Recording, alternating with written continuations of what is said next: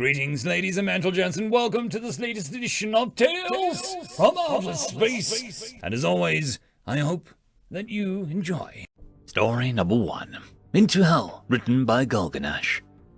We knew we were doomed when demons emerged from portals in the Deadlands. There was no way that we could defeat them, but we swore on God's name that we would take as many of them as we could. We fought tooth and nail for every town and city in the kingdom, decorating the streets with demon blood and bodies. I led the charge on one of the portals. All 1,000 of us knew that it was suicide. We didn't care. We carved a bloody swath through the demonic hordes, 300 of us, before we even got to the portal. We left 200 to guard the portal entrance, and the 500 that remain charged in.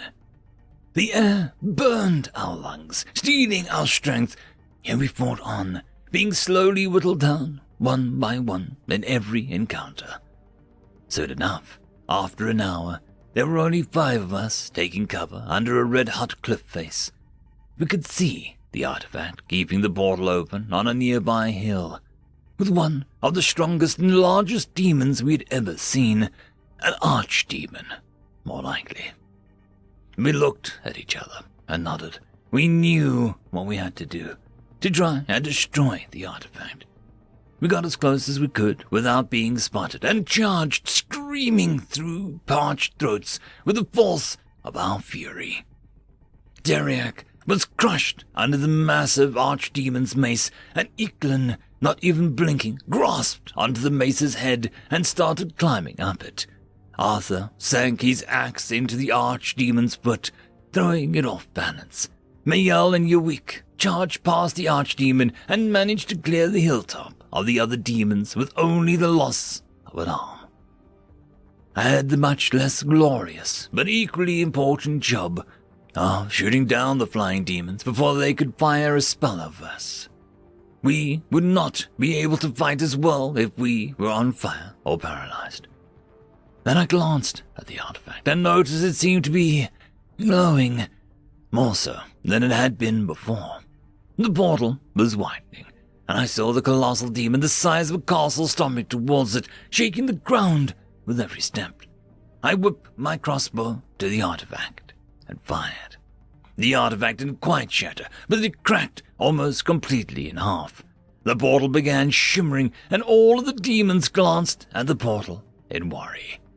Arthur, not being one to take a rational part, tore his axe from the archdemon's leg and threw it at the artifact. By pure luck, he managed to actually hit the artifact, shattering it in an explosion that knocked everyone down on the hilltop. Eklund sunk his blade into the archdemon's eye as he scrambled on top of its fallen form, yelling in a victorious tone.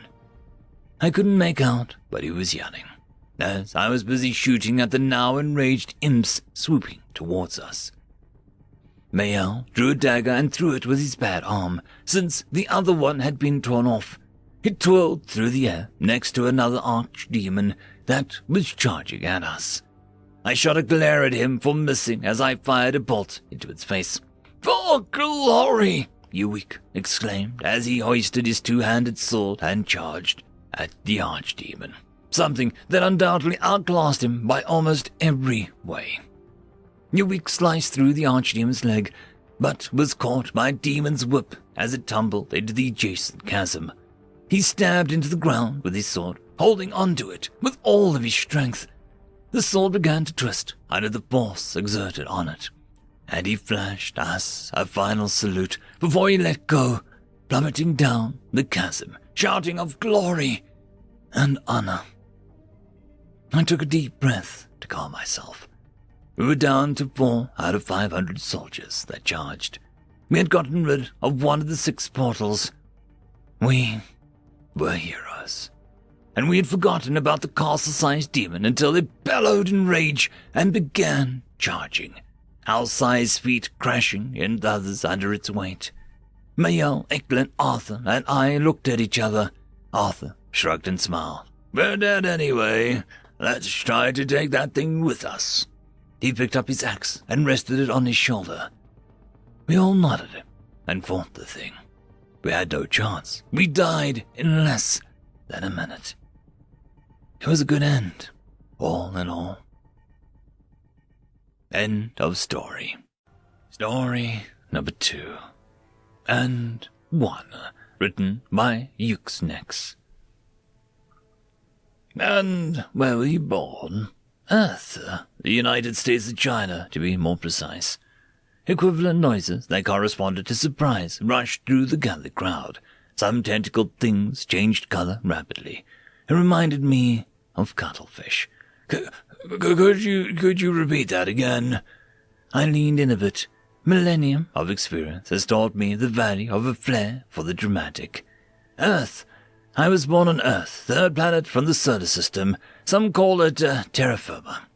Some being our ancestors. Doesn't matter that they can't recognize it. Adds to the flavor of the situation. Muttering now, whispers. Something made a schlepping noise. The cuttlefish Persian turned white. I wondered what it called itself. John, maybe.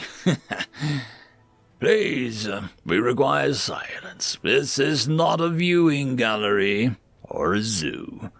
The thing asked me questions was actually a collection of smaller animals that looked like a cross between ants and mice. They sort of collected together in a sphere, and every once in a while a mouse ant would bubble up from the center and replace a companion holding the form. I figured there was a queen in there somewhere. When it spoke, there was a number of mice ants that squeaked and chittered in harmony. My translation system worked flawlessly, as always. Everyone knows that Earth was destroyed by its inhabitants over 3 galactic rotations ago. There are records in the Unified Central Database that attest to this. You cannot be from Earth. You would be dust by now. Yet here I am. I don't know how I can prove it to you. Actually, I did, and I knew what was coming next. It's the same thing everywhere. The myth of humanity has grown to extremes. I can't say that I haven't helped it along, though. Heck, I might have even started it. It's been a long time. The mouse ants rippled a bit. There was antennae and furry-tailed abdomen shivering with activity. If you are indeed from Earth, there is a way that you can prove it. I can't even remember my goddamn age. I think it's an integer overflow problem, and I still smiled like a chimp. Most aliens are the same. There are occasional ones that can understand me, really understand me, get what I'm about. But the rest, they just want parlor tricks, simple technology, demonstrations. It's magic to them, but to me, it's just an expression of the fabrics of reality. These are the ones I want. Make us a star. The creatures in the crowd went silent. Some even leaned in. Eye stalks, antennae, whiskers, everything trained on me. They knew what would happen next. Oh yes, a little star, built from thin air. I have to admit, though, the air here was pretty thick. Something of a demonstration of the famed abilities of humanity. Control of space and matter. An innate understanding of time itself. Strength of thought, capacity to learn, and the ability to work together in a planetary hive mind. I guess galactic, now. We may be scattered through the cosmos, I hope, but at least we still have our tools. Well, far be it from me to disappoint such a pleasant assortment of things. It reminded me of home. I accessed the metaphysics module, summoned up a daemon for control of the fundamental fabrics of the cosmos. This happened in a nanosecond. I'd have to look into this parser module. Maybe she misunderstood me. The Higgs field, the electromagnetic field, the Chang field. I could see them all now, and I wove them together like a conductor for a strange orchestra, painting a tapestry of invisible silk.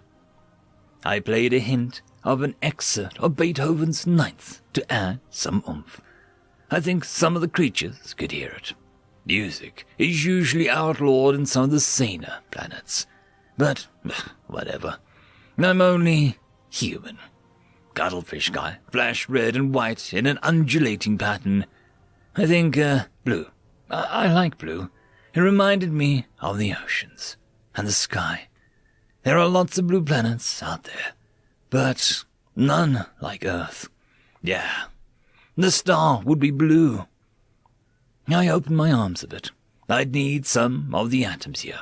I could feel their vibrations, their being, the quantum superstructure of their constituent parts, and what they could be, and or what they are.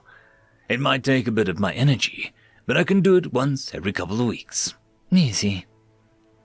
Einstein, Rosen, Nakamura, Sharonkov, Smith. This part wasn't necessary, but I liked the throwback to my forebearers. Billions and billions and one. I clapped for effect and then opened my hands to a tiny star shining bright with a sustained fusion in the palm of my hand. This is practically impossible, but really, it's just a matter of knowing how it works. We figured this out a long time ago, and here I was, again, showing a microstar to some alien 3,000 light-years from galactic central point.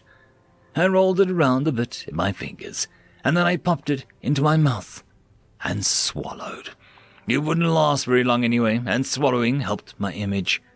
The cuttlefish closed its eyes and turned white. The mouse and ball thing, M-A-B, maybe. I'll call it Mabby. She rolled back a bit. I understood through the translator that there was surprise and fear.